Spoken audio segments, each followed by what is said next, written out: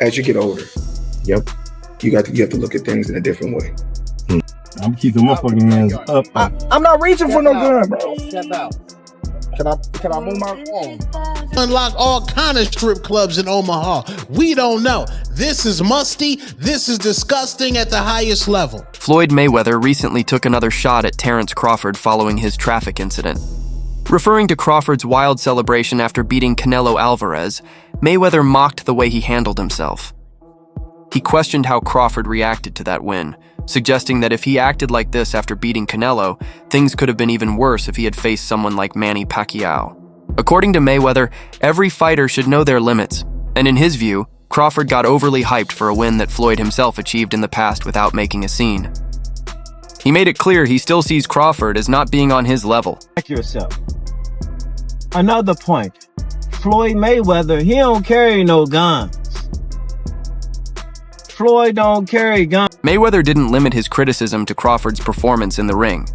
He also brought up Crawford's recent issues outside of boxing, referencing the incident involving Omaha police. Floyd called the situation both embarrassing and unfortunate, adding that Crawford should have been spending time with his family and celebrating his career milestone, not making headlines for the wrong reasons. A lot of comparisons between Terence Crawford and Floyd Mayweather. We've even had the conversation to go as far as who would win in the fight between Terence and Floyd, and I truly don't know the answer to that question. I do. You do? Yes. Yeah. Who will win that fight? Floyd. Floyd will win that Yes, fight. sir. I love you, Terence. Always figures it out. Yeah, He's a chess master. Yeah, his IQ and But that the shit funny is thing crazy. about The headlines Floyd mentioned began circulating early this morning in downtown Omaha. Just hours earlier, the city had hosted a large parade to celebrate Crawford's recent victory over Canelo. He was the center of attention, riding high after one of the biggest wins of his career. However, the tone of the night took a turn. According to Omaha police, around 1:30 a.m., officers spotted a vehicle driving erratically near North 12th Street and Capitol Avenue. They pulled it over on Cass Street. I'm reaching for no gun, bro. Step out. Can I move my phone? Bug Crawford being harassed by cops and pulled over by the cops Yeah, right after the crazy. parade. This is diabolical. Later that day, the Omaha Police Department released a statement outlining their account of the incident. According to them, during their interaction with the driver, an officer noticed a loaded firearm on the driver's side floorboard. For safety, all 4 individuals were ordered out of the vehicle at gunpoint. Once IDs were verified, the driver was confirmed to be Terence Crawford, who was then cited for reckless driving. The statement also clarified the situation regarding the firearms. One passenger, identified as a member of Crawford's security detail, was carrying a legally owned weapon. Police confirmed that all 4 occupants were lawfully permitted to carry firearms. Once they had stopped, Crawford was identified as the driver. According to police, officers observed a firearm on the floorboard on the driver's side.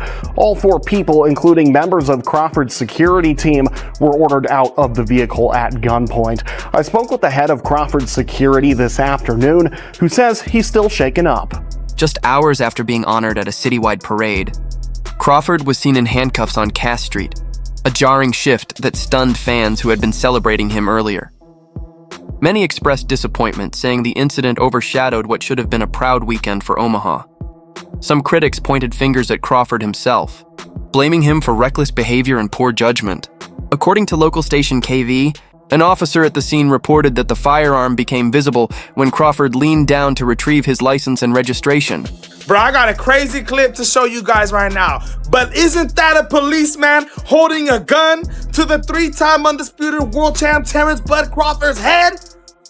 What did he do that was so bad that you had to pull him over? The officer stated that when Crawford leaned forward, a firearm was clearly visible near his feet. That discovery led police to draw their weapons and order all passengers out of the vehicle. According to the report, everyone inside was temporarily handcuffed while the situation was assessed. During the encounter, Crawford could be heard stating he wasn't reaching for the weapon. He raised his hands and emphasized that he was cooperating fully. That was a nightmare. You know, future husband, just had a brand new child and, children and stuff like that. And to know that I almost lost my life last night. because we had a police officer that don't know how to articulate a traffic stop. Crawford's security chief, Qasim Shabazz, later offered a different account that challenged the police version. Shabazz said Crawford never reached for any documents because he didn't have them. He had already informed the officers that his license and registration were left at home. Both he and Crawford had also openly declared that they were carrying firearms, as required by Nebraska law. Despite being upfront, the situation escalated quickly. Shabazz recalled telling the officer, "I have a firearm too." But the officer reacted aggressively, shouting orders to raise hands and exit the vehicle without reaching for anything. Shabazz insisted no gun was ever physically seen, and the tense moment made everyone fear for their lives. I'm not reaching for no gun, bro. Can I move my... You telling me the police at Omaha don't know who Terence Crawford is? Putting a gun in his face? Ridiculous. Shabazz also challenged the claim of reckless driving.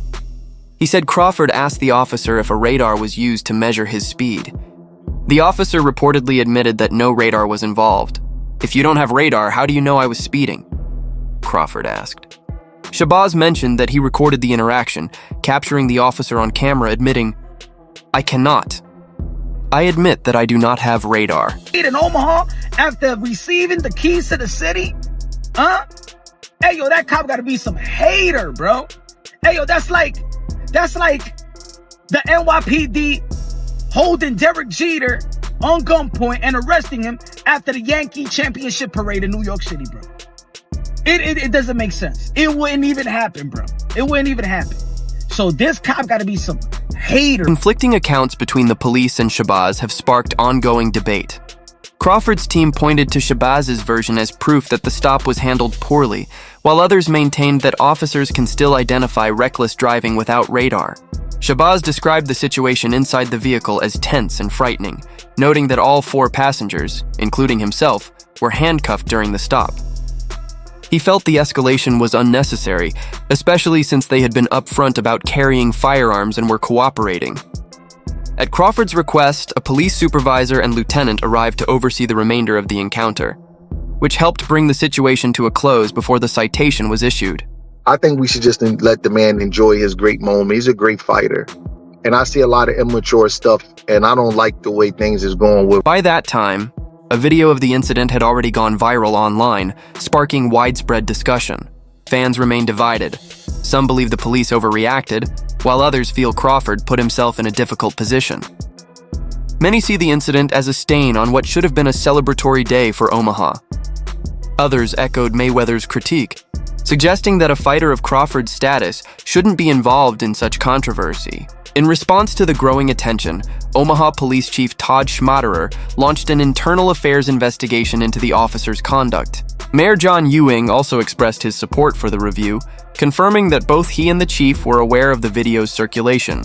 The investigation will examine whether proper procedures were followed, particularly regarding the discovery of the firearm and the decision to order passengers out of the car at gunpoint.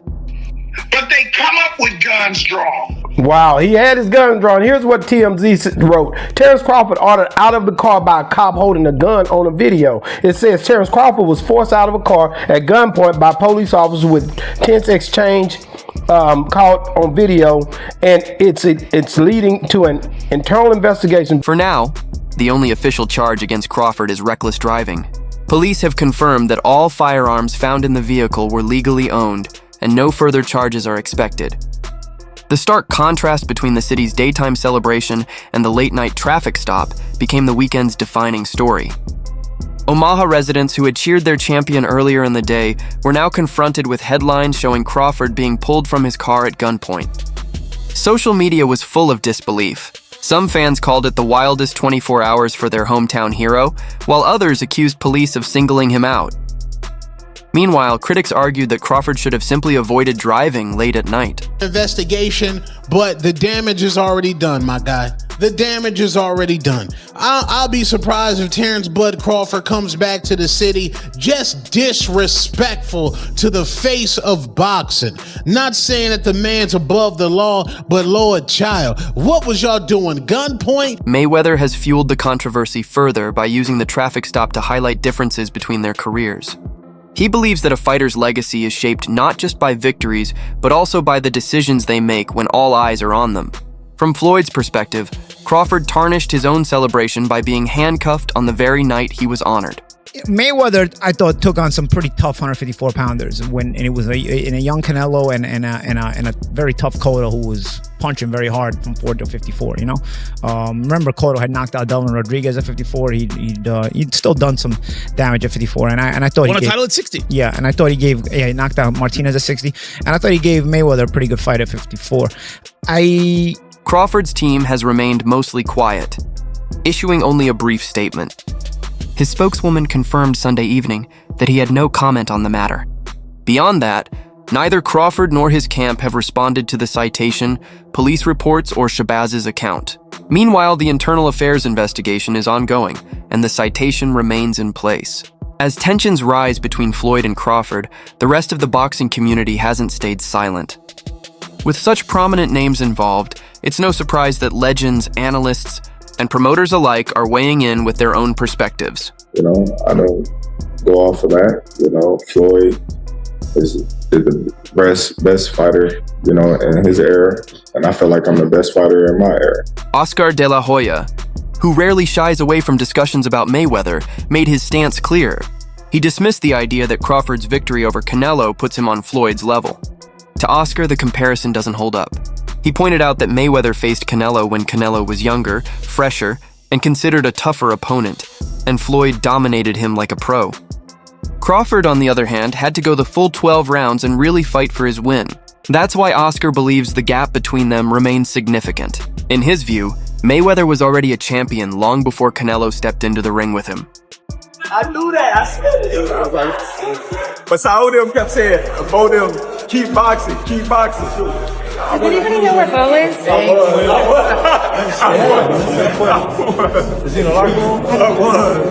That's using what he got to shield him. He got a lot of security guards around him, and he in the limelight and stuff like that. But in certain situations, he wouldn't be acting like that. Do you like him as a fighter though? Yeah, he's a damn good fighter. Yeah, but like his core personality and his ways. Floyd Money Mayweather. Why is that the option? Well, for a few reasons. One, because Floyd doesn't like anybody being called the best while he's still living. So that's number one. Number two, they have been compared to each other since the fight, because Canelo Alvarez says, well, you know, I think he's better than Floyd. So now they're starting to get the torch to the right guy. You know what I mean? He lost it to Terence fair and square, and he passed the torch. So if you're gonna have another fight, cool, but you don't need to. You have nothing. He has nothing to prove. You know, he fought Terence and nobody else would. Analysts also point to the difference in marketability, Floyd's charisma ability to play both hero and villain. Could have, but you know, why do something when something else is working? Easy answer. Jeff Mayweather, on the other hand, defended Floyd by stressing the context often overlooked in these comparisons by the time Floyd fought. Canelo, he was already past. Off of that, you know, Floyd is the best fighter, you know, in his era, and I feel like I'm the best fighter in my era. One thing that I thought was really interesting about the fight, I always love watching you switch stances as effortlessly as you do. You didn't do that a lot in this fight. You didn't have to. Were you expecting not to have to? No, I felt like I could have, but you know, later down the years, I think Crawford would just be able to break that defense. I don't know. The thing is about Terence Crawford, he has a very, very awkward style, very awkward foot movement, footwork.